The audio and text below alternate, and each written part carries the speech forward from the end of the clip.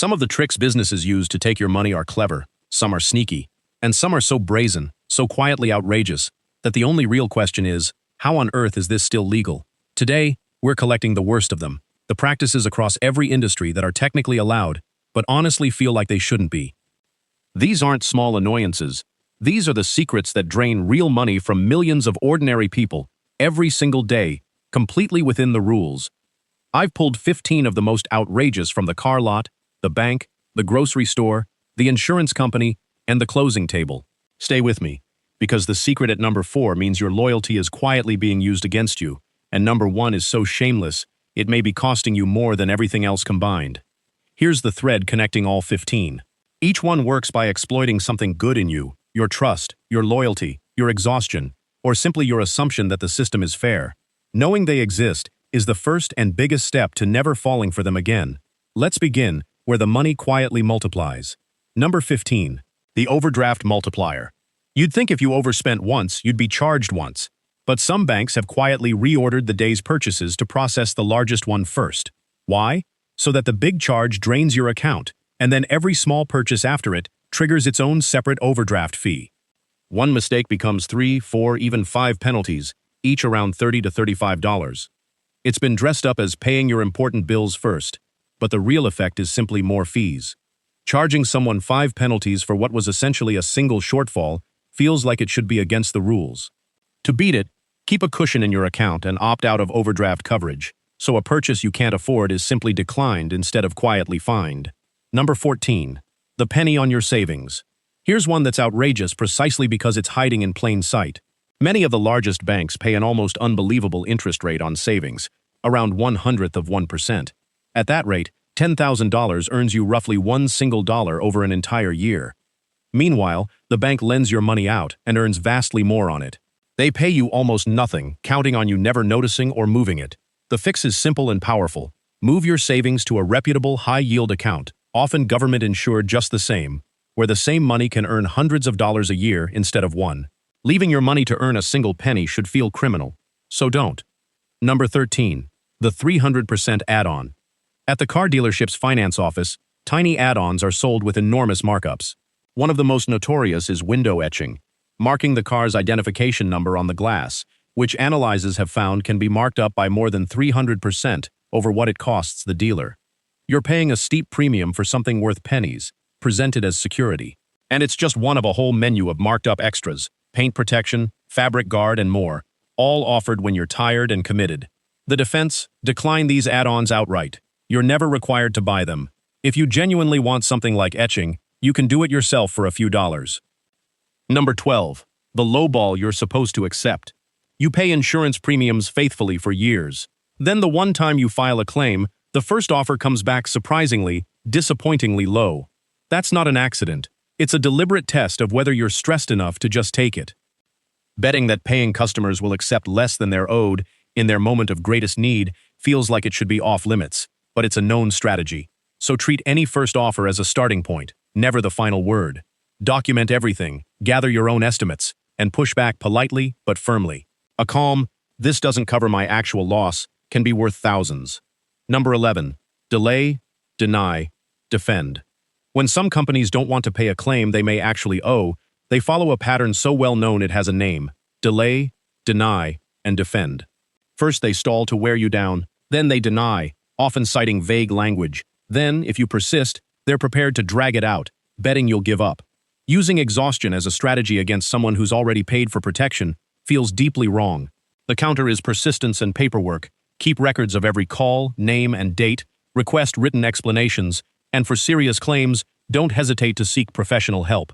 Recognizing the pattern is the first step to beating it. Number 10. The inspector who won't look too hard. When you're buying a home, your agent may helpfully recommend an inspector. But here's the quiet conflict. The agent only gets paid if the sale closes, and an inspector who finds too many problems can kill a sale. So some agents tend to suggest inspectors known for being transaction-friendly, not too thorough. The person you're trusting to protect you from a money pit may be quietly chosen to keep the deal alive. That feels like it should be against the rules. The fix is simple.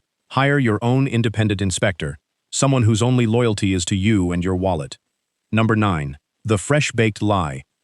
Walk into a grocery store and breathe in that fresh-baked bread smell from the bakery, with signs proudly announcing, "Baked fresh daily." It builds trust in the whole store. But a great deal of that fresh-baked goodness often arrives already frozen and is simply heated on site. It's genuinely warm, but baked from scratch this morning and heated from frozen this morning are very different things, and you may be paying a premium for an image that isn't quite real. So judge bakery items on taste and price, not on the cozy story the aisle is selling. And while that smell drifts through the store, it's quietly nudging you to spend.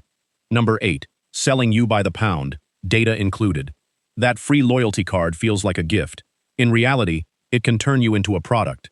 One major grocery chain reportedly earned over $500 million in a single year, selling shopper data, your purchases, habits, and profile, to data brokers and advertisers.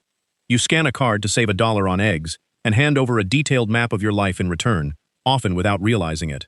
Quietly profiting from your personal information while you think you're just getting a discount feels like it should require real consent. So use a separate email for store apps, limit data sharing in the settings, and skip the card on small trips. Number 7. Charging you more for the same cart. Here's where that data turns sinister. Increasingly, the prices and coupons you see may be personalized, tailored to you based on your history and your perceived willingness to pay. You might not get a discount on items you reliably buy, because they know you'll pay full price anyway. The idea that two people could be charged different prices for the identical item based on a secret profile feels like it should be illegal. The defense is unpredictability. Browse deals logged out, rotate between stores, and never let one company build a perfect picture of exactly how much you'll tolerate. Stay hard to read, and you stay hard to overcharge. Number 6. The sentence that sinks you. After an accident or a claim, a friendly adjuster may call and ask to record a statement. It feels routine and harmless. It can be one of the most dangerous moments in the whole process, because recorded statements can be used against you later. A casual "I'm okay" or an uncertain guess can be replayed and reframed to reduce your payout or shift blame onto you. Setting a sympathetic trap for someone in a vulnerable moment feels like it should be off limits. So if you're ever asked to go on record, slow down, stick to simple known facts, don't guess, and never minimize your situation just to be polite. Number 5. The car you already love. At the dealership, you sign, get the keys, and drive home the same day, before the financing is final. It feels like trust.